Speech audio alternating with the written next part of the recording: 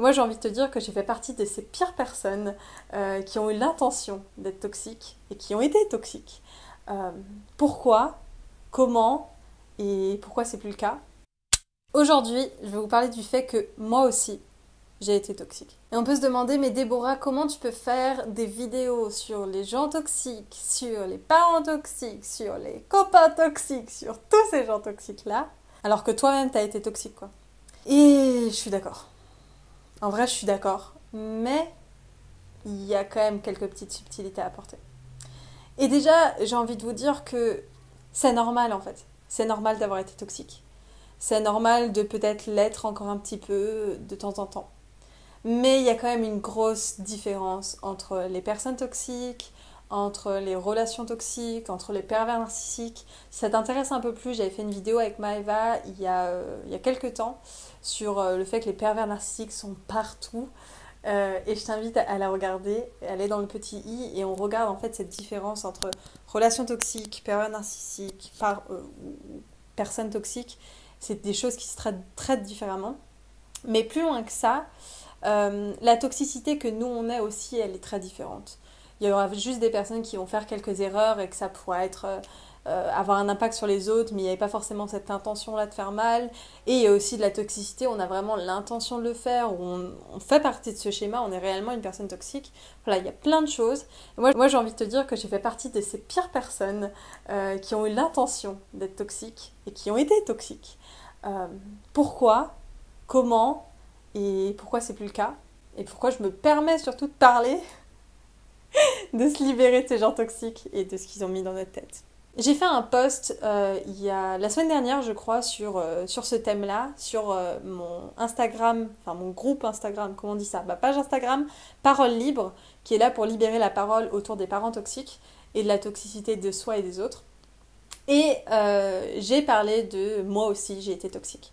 Et j'explique dessus que quand on a grandi, quand on a été éduqué, quand on a été construit avec un environnement toxique, à un moment ça devient notre représentation. Donc presque on devient toxique malgré nous, juste parce que ça devient nos représentations et ça devient la normalité.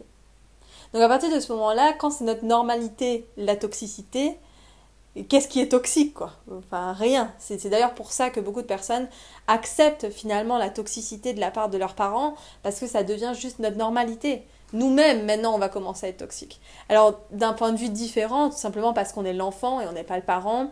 Et en fait, à ce moment-là, c'est presque nécessaire d'être toxique, parce que si tu ne l'es pas, c'est là que tu te protèges pas.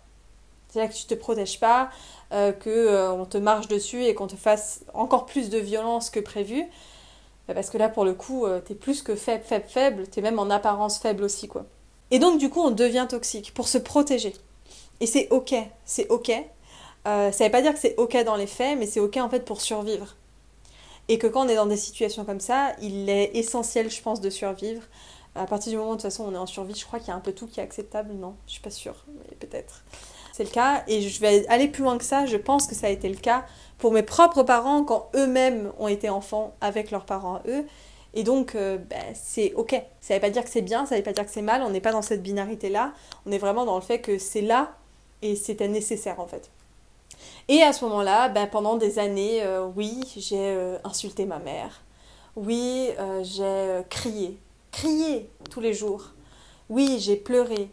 Oui, je l'ai peut-être mis à bout à certains moments. Oui, j'ai peut-être pas fait les choix qui les rendraient les plus fiers. Oui, j'ai peut-être, je sais pas, je les ai peut-être fatigués juste parce que j'existais. Je parle de mes parents, mais je parle aussi de mes sœurs plus loin que ça. Oui, j'ai peut-être pas été la sœur ou la fille idéale. Euh, ouais, ouais, ouais. J'ai été toxique à ce point-là. Oui. Oui, oui, les gens, quand ils me voyaient parler à ma mère, ils étaient choqués de comment je lui parlais. Et qui me disaient mais parle pas comme ça à ta mère, c'est donc pas respectueux. Et c'est le cas. Et j'en suis pas fière.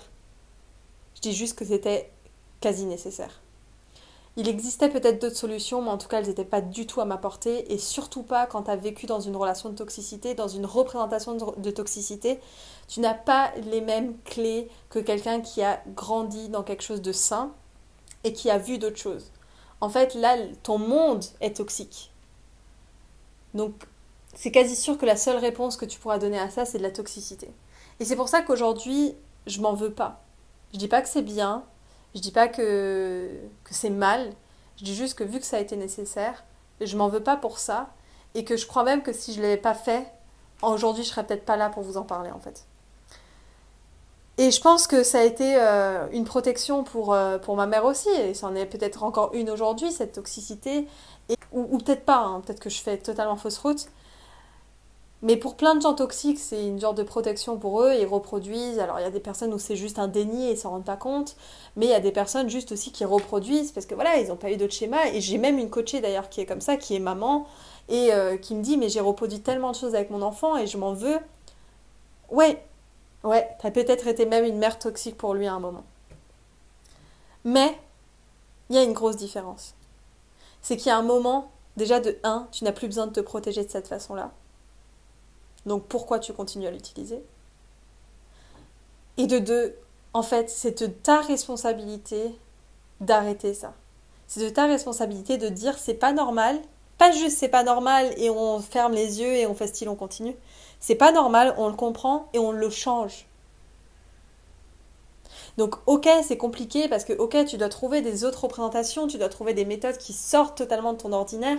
Peut-être que, enfin moi j'avais clairement pas accès à ça parce que j'avais même pas conscience qu'il y avait un problème pendant très longtemps en fait. Parce que je reproduisais cette toxicité parce que c'était ma normalité. Et je suis persuadée que pour ma mère ça a été la même chose dans sa famille. Mais comment est-ce qu'on explique que moi, à l'âge de autour de mes 20 ans, j'ai compris que c'était pas normal et que j'ai arrêté et que j'en ai fait quelque chose. Et comment on explique qu'il y a des générations qui ont 20, 30, 40, 50, 60 ans, qui pourraient avoir tout autour pour leur dire faut changer et qui ne changent pas. Et pour moi, elle est là la vraie toxicité.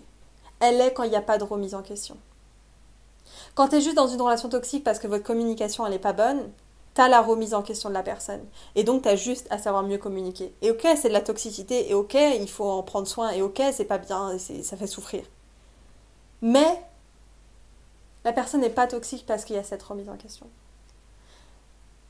Et en fait, je crois que c'est ça en fait qui détermine le plus si une personne est réellement toxique. Parce que on n'est pas toxique toute sa vie. On l'est toute sa vie si on décide de continuer à l'être en fait. Si tu as grandi dans un environnement toxique, c'est quasi normal que tu aies été toxique. Et en fait, pour plein de gens qui vont regarder cette vidéo, vous l'avez été aussi à un moment. Et c'est ok. Mais par contre, pourquoi est-ce qu'on ne l'est plus? Pourquoi il y a des personnes qui ne le sont plus? Pourquoi il y a des personnes qui continuent?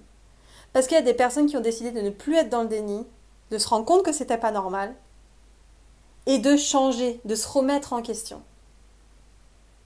Et si tu ne fais pas ça, tu continues cette représentation-là. Tu continues à reproduire. Et c'est ce que j'ai dit à cette maman, d'ailleurs, que j'ai en coaché. Je lui ai dit, oui, ok, tout ça, on peut en parler, on va travailler sur le fait que ça crée des préjugés chez toi, chez tes enfants, blablabla, ok. Mais c'est quoi ta force, là, aujourd'hui? C'est de te remettre en question. C'est qu'aujourd'hui, même si tu refais ces échecs-là, même si demain, admettons, je réinsulte ma mère, ce qui a peu de chances d'arriver quand même si demain je le fais, je le verrai comme une opportunité de continuer cette remise en question pour ne plus l'être. Et ça, c'est ce qui te différencie de ces personnes toxiques. Et ça, c'est ce qui te différencie du fait que peut-être tu ne ressembles pas à tes parents, en fait. Ok, tu vas les ressembler dans certains trucs. Mais ça, c'est ce qui fait que tu ne restes pas toxique. Et c'est pour ça que j'adore les gens qui vont voir dans mon passé que j'ai peut-être discriminé, que j'ai peut-être été même raciste, que j'ai peut-être été même sexiste, que j'ai peut-être été... Enfin, j'en sais rien, en fait. Que j'ai dit peut-être même des choses affreuses. J'adore ressortir ces tweets, ressortir ces vidéos même. Parce que ça prouve que je ne reste pas toxique. Ça prouve qu'il y a une remise en question.